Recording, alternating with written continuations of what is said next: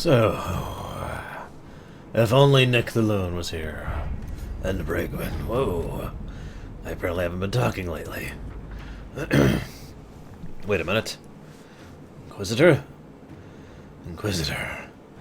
Our people have fleshed out something. Something big and stubborn.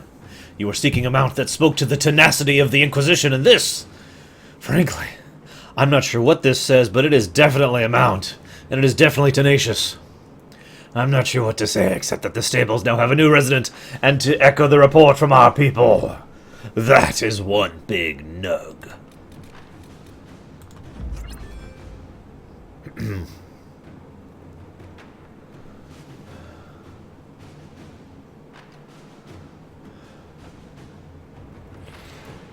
Ah.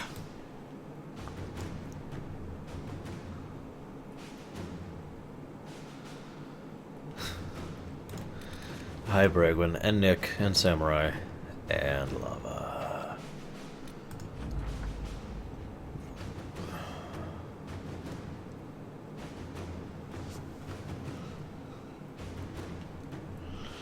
And now we're working with Zevran, because of course we are.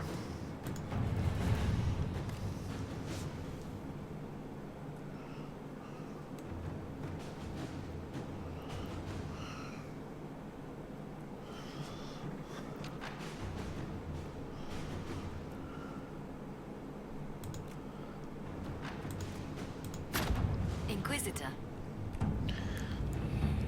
I want everyone to kill Banana really quick, if you guys don't mind, for using such a technology.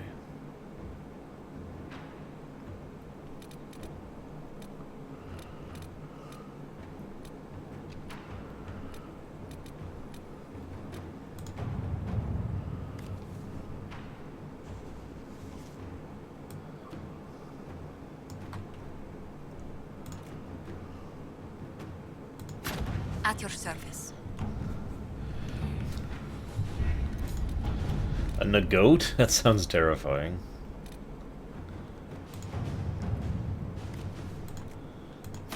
To work?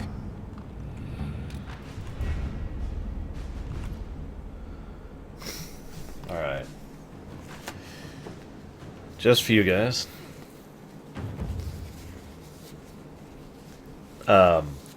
Lava, we're actually already past that point on the stream. Sorry to point it out. By the way, I'm actually still doing laundry, but I am waiting on stuff to finish drying. So I've got like an hour here, and I figured we could do some stuff while I wait. I didn't think my throat was giving me this many problems. But we're still doing it, because screw it.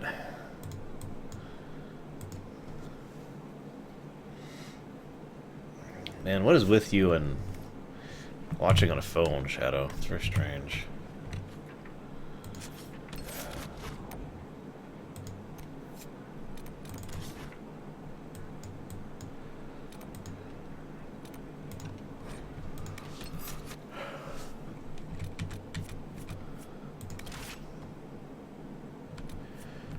Sunday, I believe, Lava. Which is funny, because that brings us to spoilers. Would anyone here... Yeah, I noticed that, Ronco, actually. Would anyone here like to speculate on spoilers? Come on.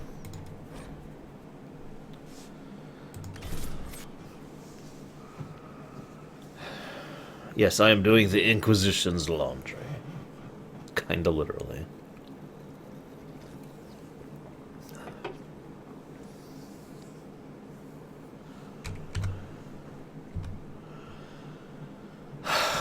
Let's talk about writing.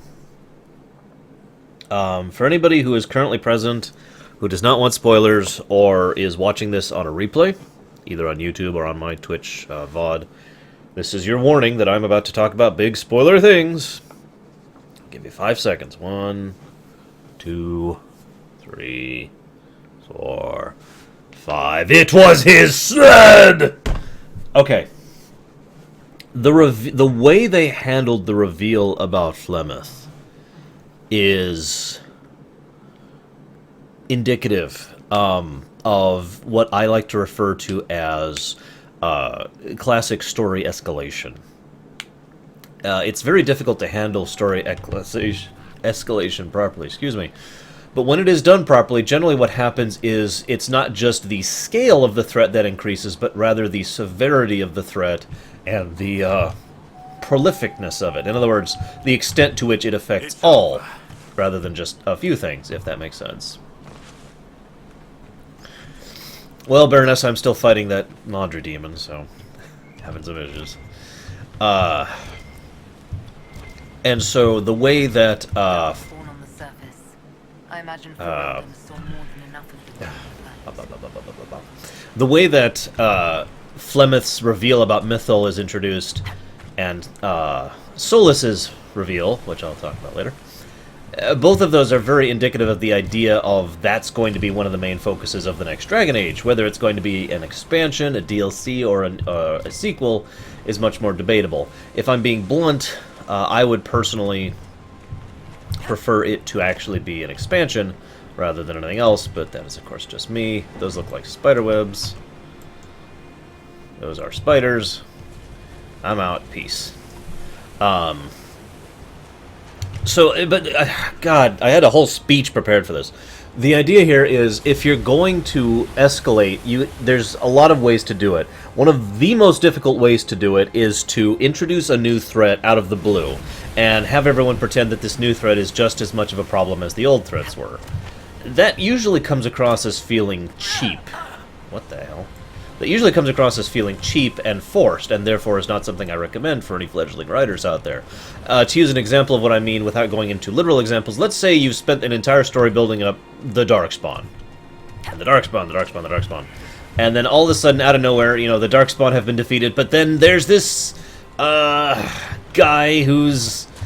I don't know, it doesn't even matter what he is. Let's just say he's a dwarf, and he's this incredibly powerful dwarf, and he's much more powerful than the Darkspawn ever were. And he's much more of a threat than the Darkspawn ever were. Just trust us, even though you've never heard about this guy before, and never seen him before, and he has nothing to do with the story or the Darkspawn or anything. He just comes out of nowhere and says, "Aha!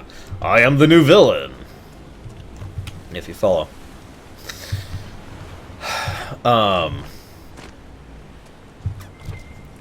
So... if you're going to introduce something new to your setting, and I recommend you do that, by the way. I do recommend you constantly have this introduction of new threats and story and scale, etc. That's definitely a positive. You have to weave it in, though. And it's really hard to explain because this is kind of a vague thing, but the idea is you want to make it such that, ideally, the audience... there's no point at which the story just goes from point A to point B suddenly. Rather, the story evolves from point A to point B. And you want to introduce elements and aspects of the new villain into the narrative, weave it into the narrative, so that when it happens, it's like, oh, okay.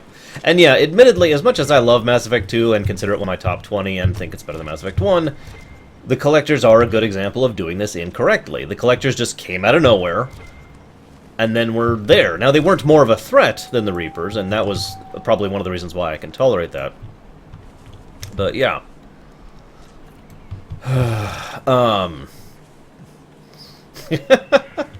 Evil McOverreacting, isn't that my name? Damn it, I think I have to go into that frickin'... But what they did here is they did it perfectly. Shut up, Blackwell. They actually wove the new thread of story into this story. And it's something that they kind of tried to do with Origins and tried to do in the DLC of Dragon Age 2.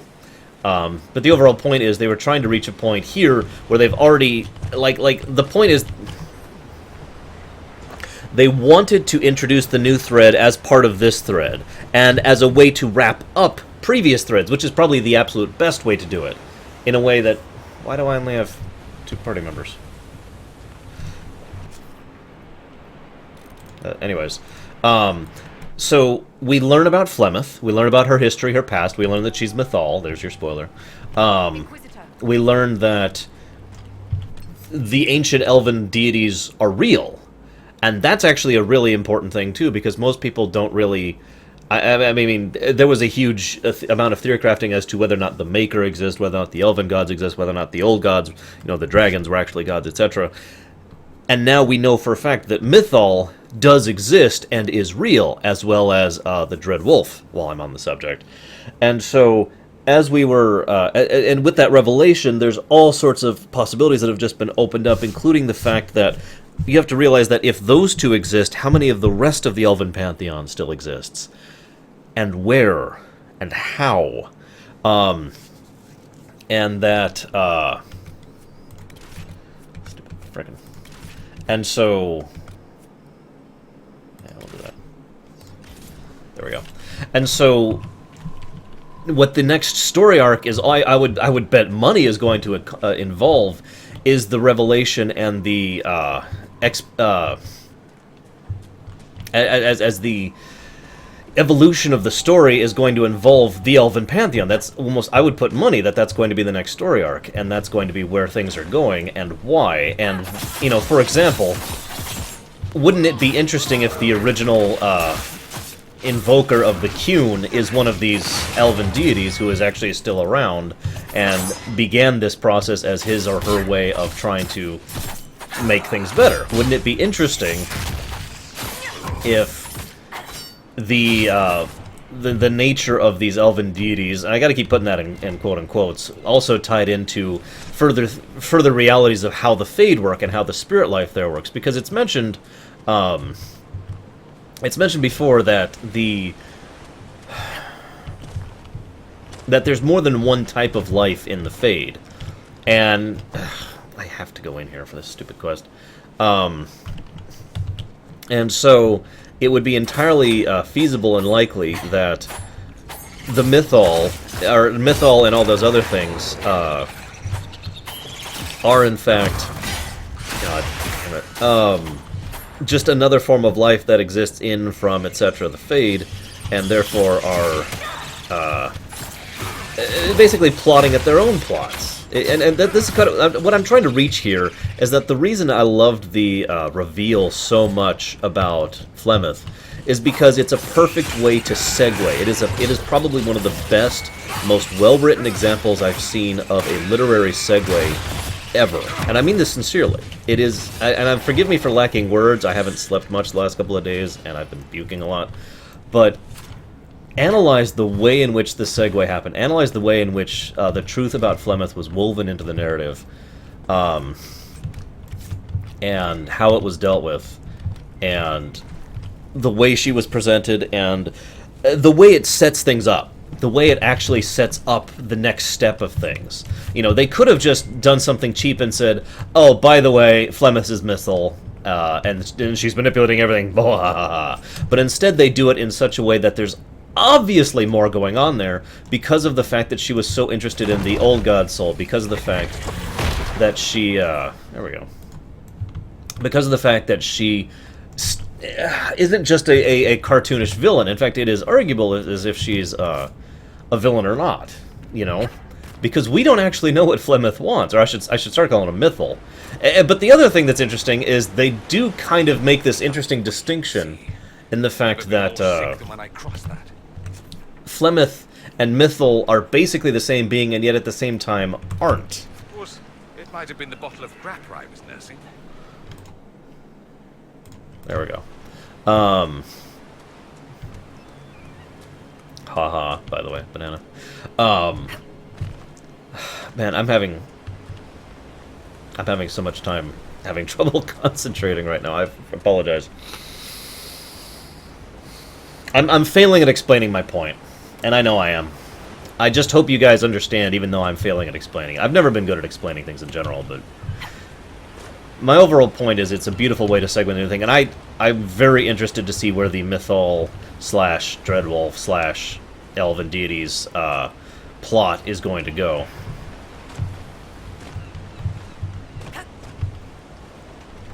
It's also worth noting that the way she talked about the possessing daughters thing, one thing that is actually very feasible and possible is people would willingly give up their bodies in order to elongate hers.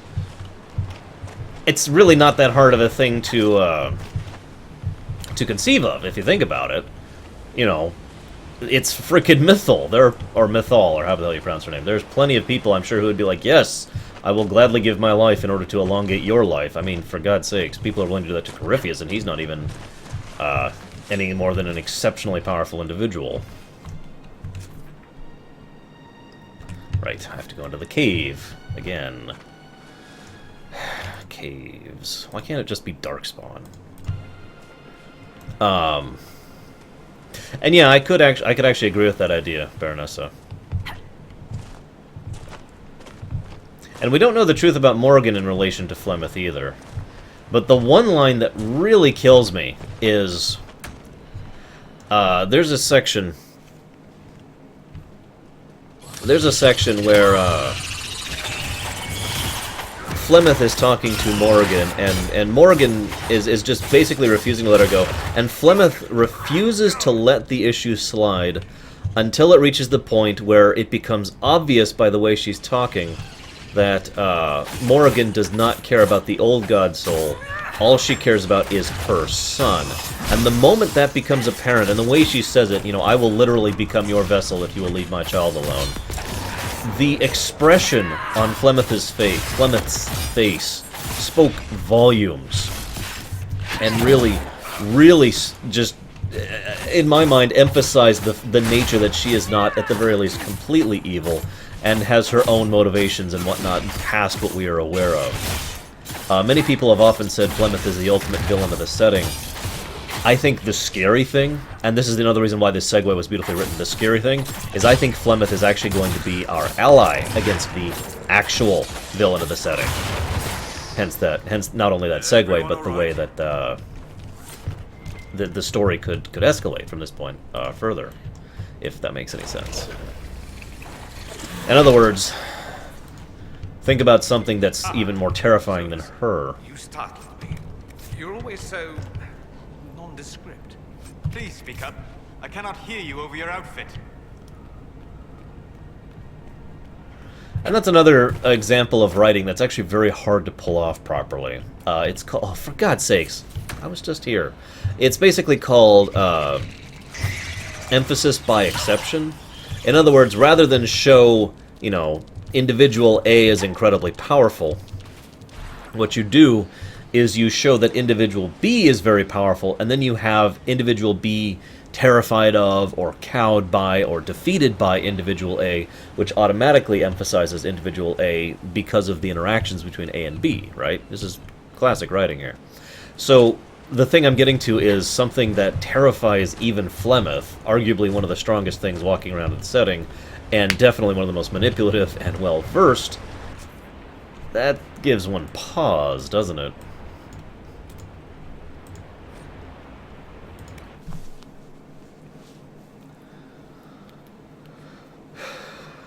Nothing to report, sir. I have no idea, Banana, who the main villain of this setting is.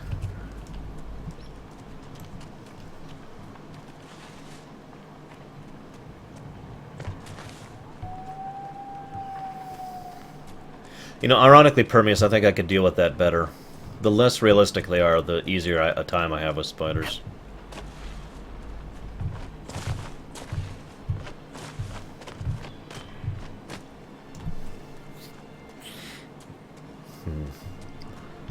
And yeah, I definitely get that motherly vibe from her. I admittedly also attribute part of that to Kate Mulgrew for being a good enough actress to put that into her tonality. But, yeah. That is an interesting thought, Baronessa. Unfortunately, it's probably not true because it's too awesome to be true. But it would be interesting.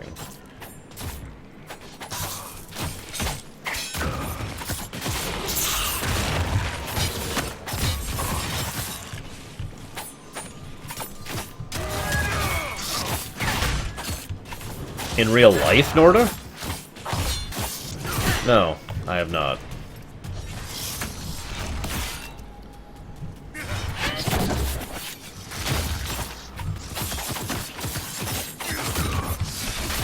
I also like how the way Flemeth pretty much drew a line in the sand for Morrigan. And she did that specifically to emphasize that there was no possibility of diplomacy in that situation. She wanted to force Morrigan to act. And she did. And that was enough for Flemeth, for whatever that means.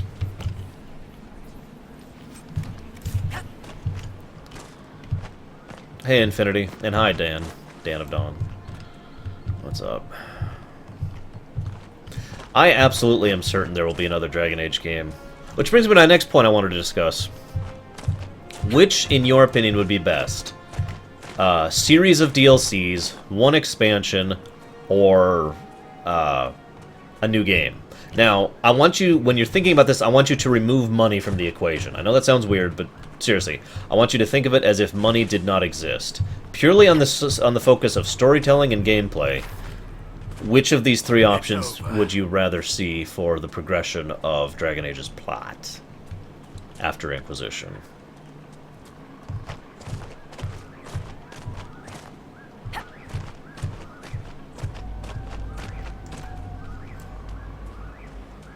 Wow, I am a lot dizzier than I thought I'd be. Of course, I've been doing laundry, which involves dragging stuff back and forth to the frickin' laundromat.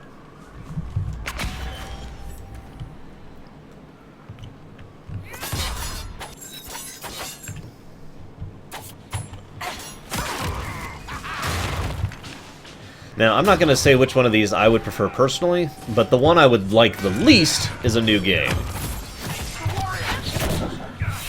And I'll explain why in a minute.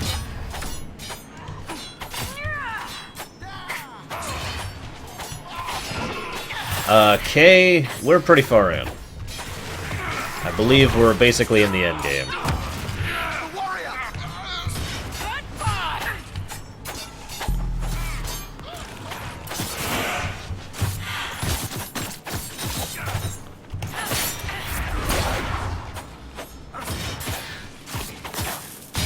Admittedly, I haven't seen the ending yet either.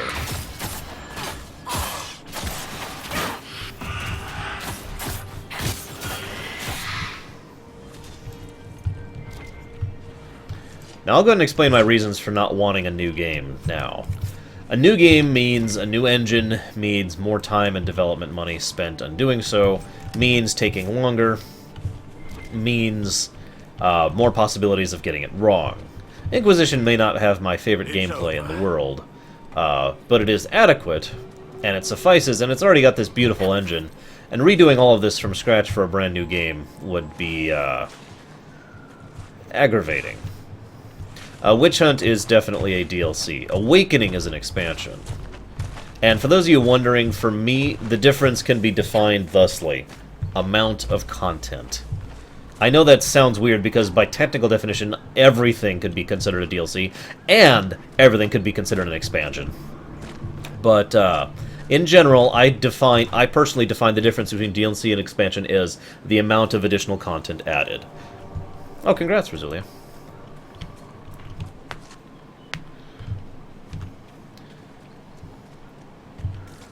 That is true, Lord of Mordor.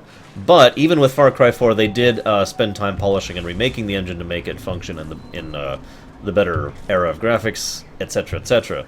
That is still my main concern. It adds development time where none is really needed, in my opinion. I get your point, though.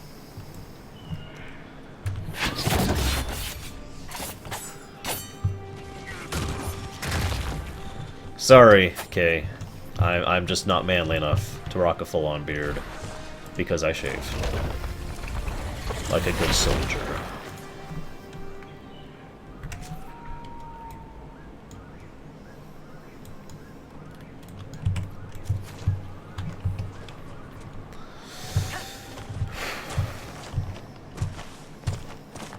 Yeah, pretty much it did. But like I said, Awakening definitely qualifies as an expansion. Most of what the Elder Scrolls series used to do, prior to Skyrim, qualifies as an expansion. I admit that both Dawnguard and Dragonborn are a little bit more debatable. They're kind of in that foggy grayish area. And yes, I read your thing about gray, Kay. That grayish area in between expansion and DLC. But there's no denying that the two expansions for Morrowind, for example, or that Shimmering Isles were all expansions. But by contrast, most people would say that the Knights of the Nine, or whatever it was called, was probably a DLC back in Oblivion.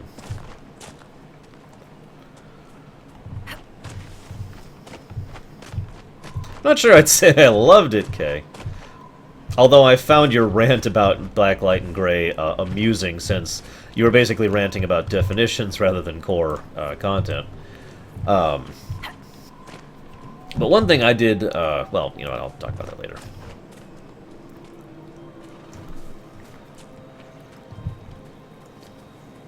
Now, just based on what I would saw, that is wonderful grammar. What I did see, I would probably go ahead and put Dragonborn as an expansion due to the additional stuff in addition to the main quest. Dawnguard I didn't see too much of other than the main quest, so I can't really debate on that one. A lot of good content though. So, yeah.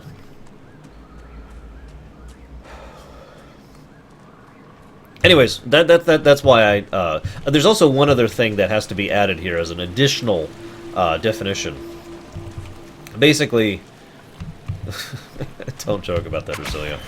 Basically, there is a difference between an expansion and a standalone expansion. Guild Wars 1 is probably one of the better examples of standalone expansions I can think of off the top of my head. In the sense that if you bought Nightfall or Factions, you didn't actually need prophecies, right? You could play it without. A standalone expansion is kind of a different animal than a regular expansion, and personally I would rather see a regular expansion than a standalone expansion to something like Inquisition. But that's also because I would like to keep playing as the Inquisitor based on the post-game setup I've heard of. And also the fact that, I don't know, see, the thing is, you don't have to do a standalone in order to, as was mentioned earlier, play as the Warden. It would actually be very easy to make an expansion where it's like, hey, we've received this report. See you around, Nana. We've received this report about the Warden. Da da da da. And then, you know, loading screen, and now we're playing as the Warden. And in case I haven't said this enough during my main playthrough, the Warden should not be voice acted. No, really. Not only would it kind of ruin certain things with regards to how the Warden was perceived, because the Warden is by definition the very personification of player-linked content, player-linked protagonist. But BioWare is simply too capable of being tongue-in-cheek in order to not follow through on that idea when they have the possibility to do so. I mean, they could make a whole thing out of it. And they would never have to be, like, right up in your face about it. He would just never say anything. What do you think? Well, we don't have time to deliberate. Let's go do this. And that would be it. He would never actually say anything.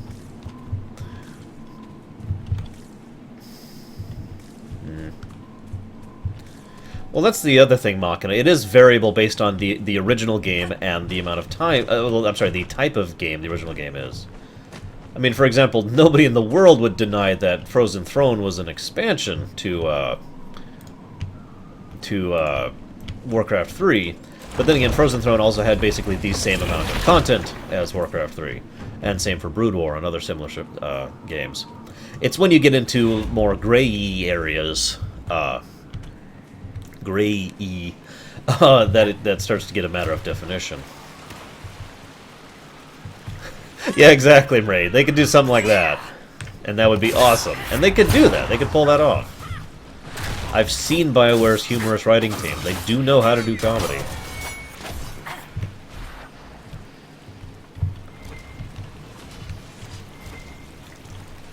Just make it the elephant in the room. Alright.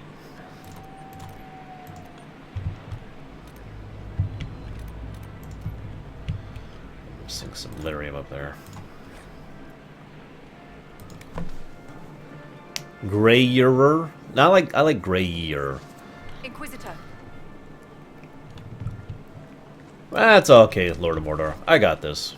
Besides, the tank's stupid. Let's get rid of him.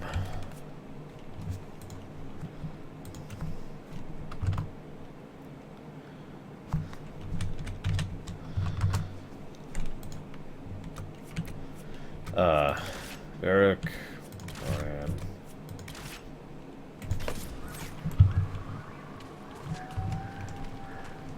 Grayerist.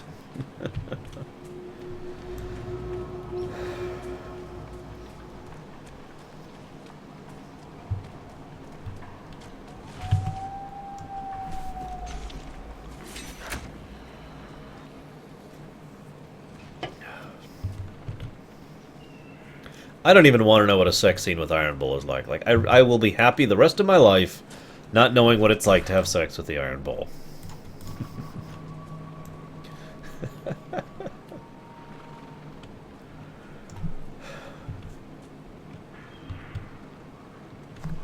They could do that too, sure. Yeah. Whoops, I need to go this way, apparently.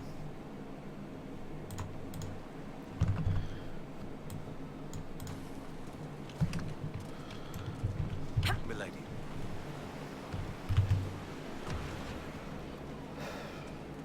One thing I would like personally is a continuation of the Inquisition storyline a bit. And the reason why can be best defined by the fact that the Inquisitor is arguably a more interesting character to me than the Warden is, at least construction-wise. The Inquisitor is someone who was basically just some random Joe with no relative interest or anything, just like the Warden was, and then had an unusual circumstance happen to them that led them to become more powerful than they were and be imbued in such a way, just like the Warden was. But the difference is that the Inquisitor... Honestly, I think the difference can be best described as the fact that the Inquisitor is someone who is actively trying to form a new nation, rather than trying to form a unified front. A difference of perspective, perhaps, but still something that I find more interesting. You know, the idea that we are basically building the new empire here is something that's been prevalent throughout the entire work so far. And also would fit rather neatly with my own storyline plan for this series, but I digress.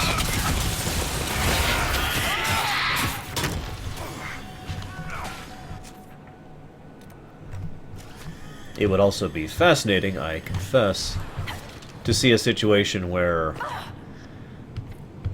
Red Templar key required. Okay. Exactly, Yachman. At least, most wardens are. Mine was, of course, because, you know.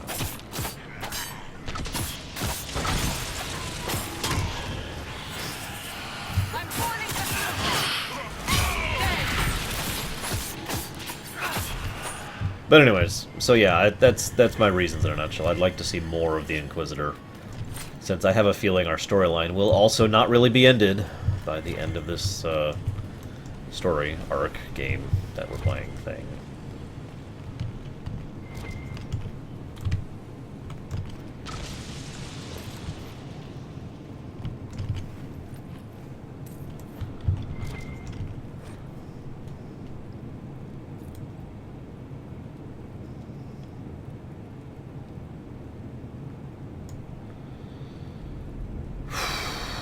Wow, this is horrible. I'm gonna go ahead and read this one with you guys. My dearest Fenella, how are you? How is your Aunt Caitlin? My dear girl would never give trouble, I hope. How are your studies? Perhaps you could read this letter to her to show her how much you're learning. I am sorry to have been away so long. I have a duty. Remember when Mother was very sick and she asked you to fetch her water and you did it because you loved her? It's like that. Sometimes we have to do difficult things because they help other people that we love. The country is ill, and I have to make it better. Don't worry, I am not alone here, and now we have a special medicine that will make us stronger so we can fight better. It won't be long till all the mages are gone and we are safe again. I will be home soon. All my love and prayers. Father.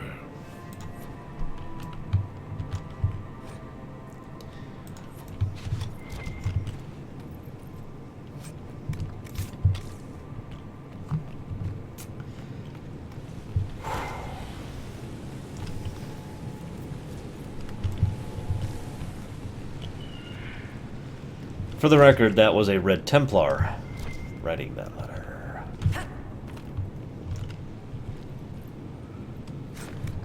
Just to emphasize.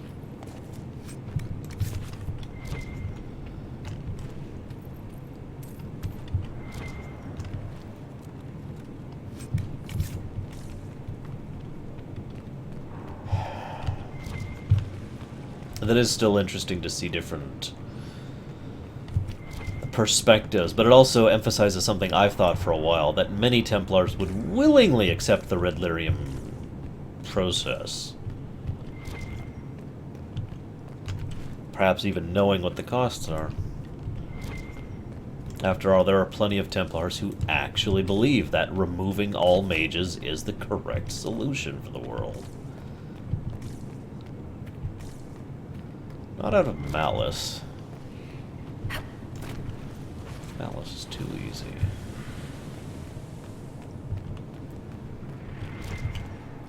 If I don't find this key soon, I'm gonna spit.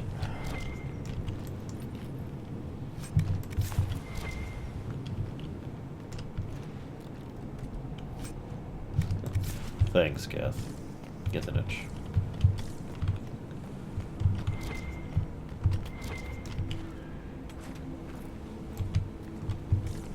Of course, Kay. And I'm not going to say anything else because you don't want spoilers. And I respect that. Okay, does anyone know where to get this Red Templar key?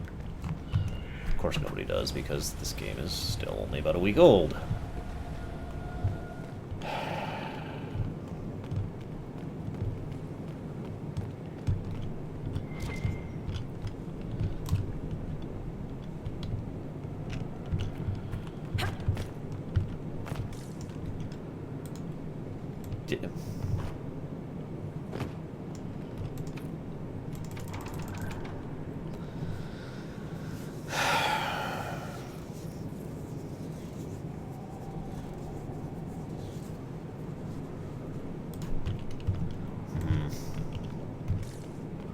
Well, I give up. I have no idea how to get to this stuff.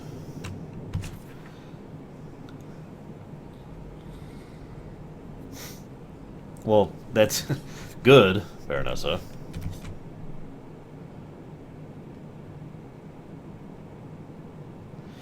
The next Mass Effect game will be set in my nightmares, Lord of Mordor.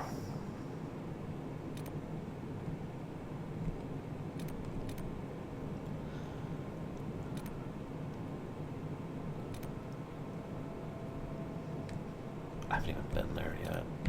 There's so many places I haven't actually been to yet. You know, I just realized I'm cheating you guys. I'm sorry. Let me make this up to you.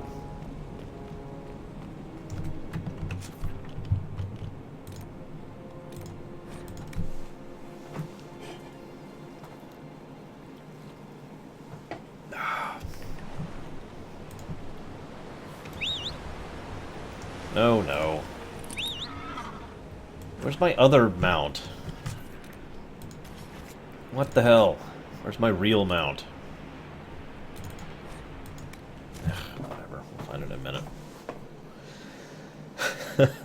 minute. No, Kai Lang will actually be dead. Like, the whole game will be about how the universe is getting more and more stupid, and it gets to the point where we've got, like, some kind of last-minute, desperate device made by the Reapers or something that protects us from the stupidity field. And as we're desperately trying to struggle through reality and we get to the end, it's like, yes, and now we will defeat Kai Lang. And that's when we find out the most horrible thing of all. Kai Lang has been dead for years. His field has actually been perpetuating past his death, and it has become so prolific that there's no stopping it. And then the Godchild will show up and be like, hey, would you like to choose a color? And then we smack him across the face. And that's the ending.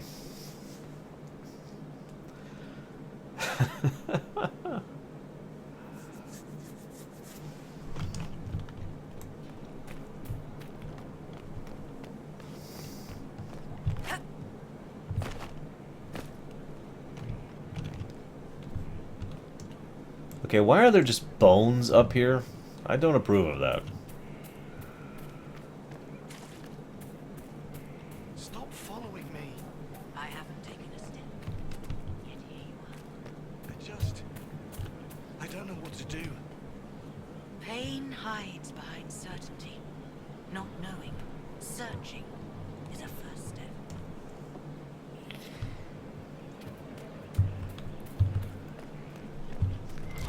No, the actual answer in the end will be, we will have to choose between killing everyone in the entire universe.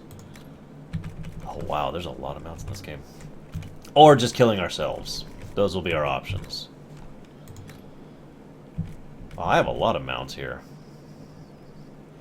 Let's see, should we have the battle nug? I think we'll use the battle nug. That'll do fine.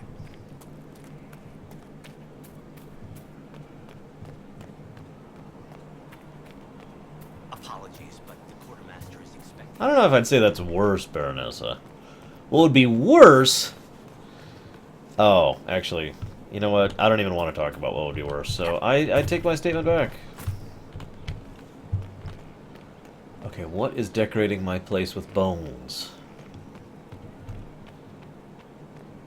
I mean, I've got my new throne. You like my new throne, guys? The burning flames of Andraste. It felt appropriate, given the circumstances.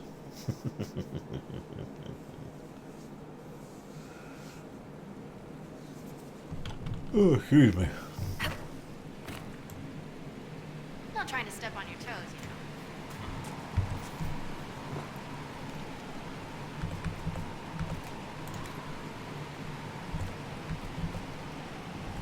Let's set up Tevinter Imperium decor. How's that for an idea?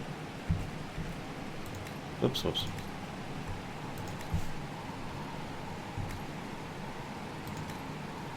Unfortunately, I don't have any of the other thrones unlocked yet.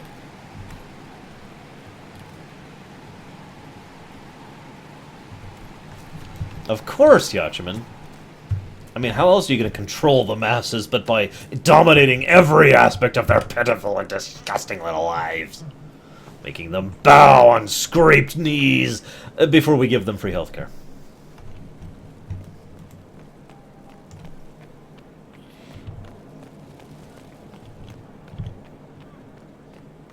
Okay, the bones gone. Damn it, the bones are still there. Why are the bones still there? He's an enemy commander. I can rule with no mercy when the stakes are this high. Once the sword's out of his hand, that changes.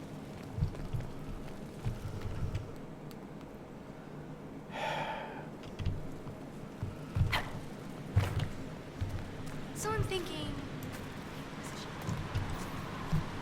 Okay, fine. Let's just change everything. Just randomly changing absolutely everything here.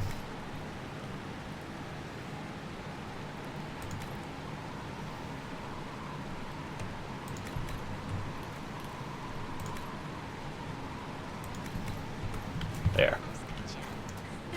If this doesn't get rid of the rib cages that people have decorated around my freaking place, I'm gonna be a little upset. Hey, Sylder.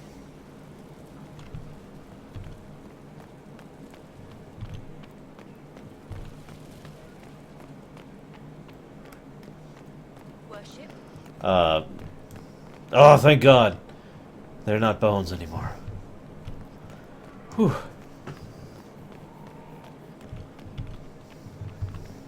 It would be interesting to see more of Tevinter. We did get to see an interesting insight into Tevinter in this game, mainly through Dorian.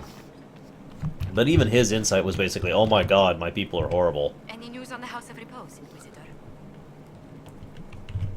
You said I'd have to do some favors in Val Royeaux if we want to make the Duparacats lords. The Countess Dion is our first step. Her lover, a mage from the White Spire, is missing. Bring her news of him and she'll be very amenable to sponsoring the Duparacats as lords. I could do that, or I could just kill people. Yeah, I've done some crafting. I need more dragon parts to make anything I actually want, though. Which is ironic, because I mainly need better gear to fight dragons.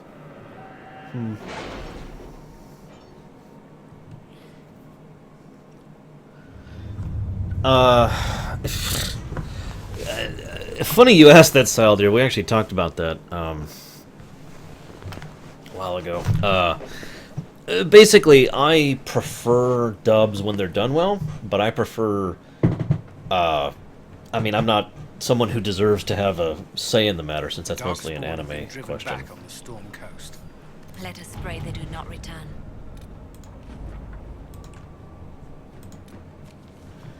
And there have been no protests or riots in my vicinity, nor will there be.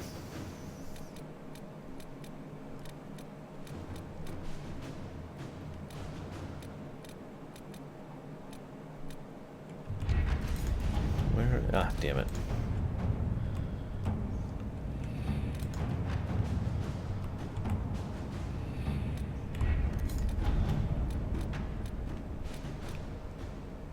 But really, it boils down to quality. Because I've seen bad dubs, and I've seen bad subs. So, yeah. That being said, I have a hard time following Japanese as a vocal language, and therefore tend to prefer dubs when I can get it.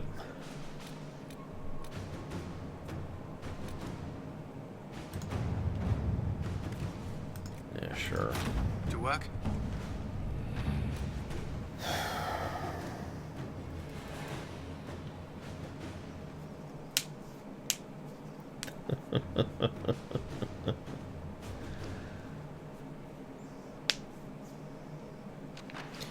Oh, shoot. Now, I know I'm in the minority on the dubs question. Almost everyone I know prefers subs over dubs. And I'm pretty much the only one that I know that prefers dubs over subs. But it is also worth noting that I prefer dubs that are well done. I've seen plenty of bad dubs, after all. Not just in anime, but in video games. Not really, Yachiman. I mean, I guess I should say yes, but also no.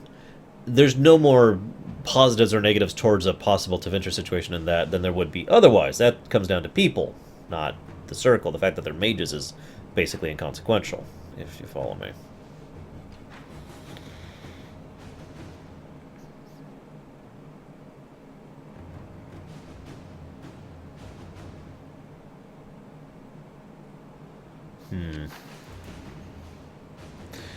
Yeah, alright, we'll do that.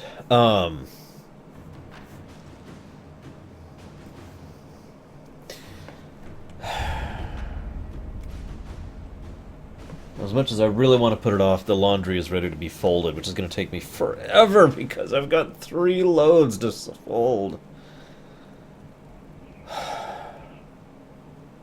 If you guys want, I could fold it in here and just leave the thing on so we can chat.